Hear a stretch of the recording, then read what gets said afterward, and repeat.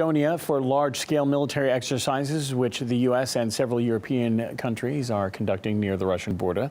The maneuvers have not raised an eyebrow, but when Russia holds drills on its own territory, Washington slams it as destabilizing the situation in Ukraine. It is something our Washington correspondent, Gina Chichkan, raised with the State Department at its briefing.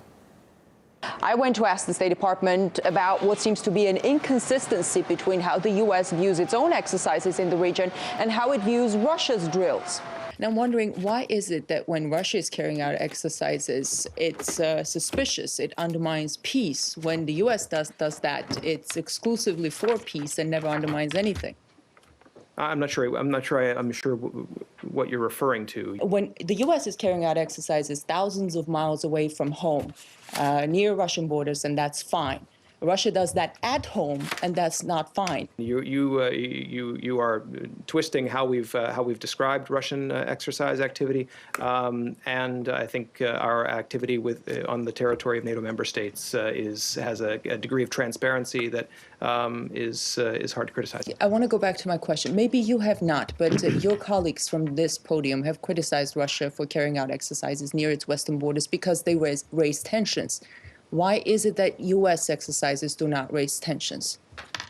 Well, again, I would ask you to go back and check the transcripts of what we've said. We have not issued such blanket statements. We did check the transcripts, and here's an example of such a statement. We are deeply concerned by Russia's plan to conduct a large military aviation exercise this week in areas bordering Ukraine.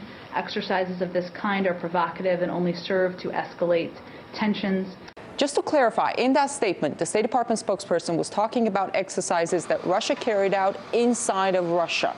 So the State Department spokesperson today tried to deny that there is an inconsistency between how the U.S. presents its own actions and how it assesses Russia's moves. But there are transcripts, there are recorded statements from the past which speak to the contrary. Brian Becker from the Anti-War Answer Coalition says that such accusations against Moscow contradict with NATO boosting its military presence on Russia's doorstep. Well, it's a shocking level of hypocrisy, double standard, double speak. I mean, the United States is carrying out massive war games and military exercises in Latvia, Lithuania, Estonia.